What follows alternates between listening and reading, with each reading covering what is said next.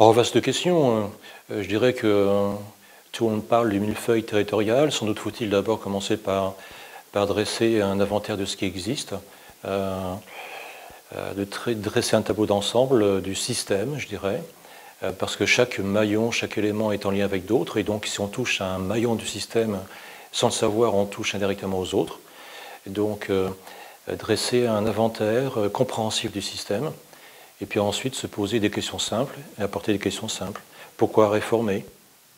Quel objectif? Est-ce que l'objectif doit être économique? Est-ce qu'il est autre que cela? Et comment on doit réformer? Et puis, à mon sens, aujourd'hui, il n'y a pas de réforme sans donc, pédagogie, ce que je disais, il y a des questions simples, des réponses tout aussi simples. Mais au-delà de la pédagogie, il y a le dialogue aussi. Il faut que finalement cette question soit partagée. Alors pas par des réunions forcément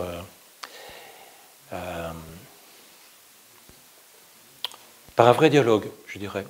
Et par exemple, ce que je disais tout à l'heure, la création des départements en 1790, 83 départements sont créés en 5 mois simplement, alors que la France est en révolution, un contexte très difficile.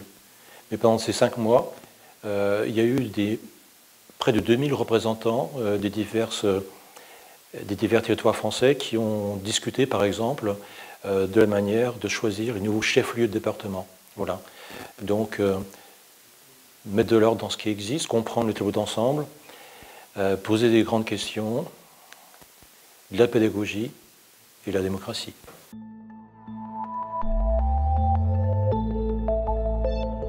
Écoutez, parce qu'on me l'a demandé, parce que j'ai trouvé surtout que cette école était intéressante, cette volonté de dialoguer et de former, entre guillemets, des personnes prêtes à s'engager, à s'épanouir dans l'engagement. Voilà, je trouvais que c'était un beau projet.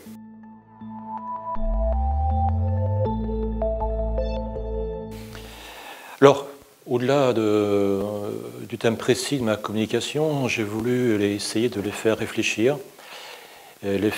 notamment au fait que le détour du temps long, parfois, peut permettre de comprendre le présent.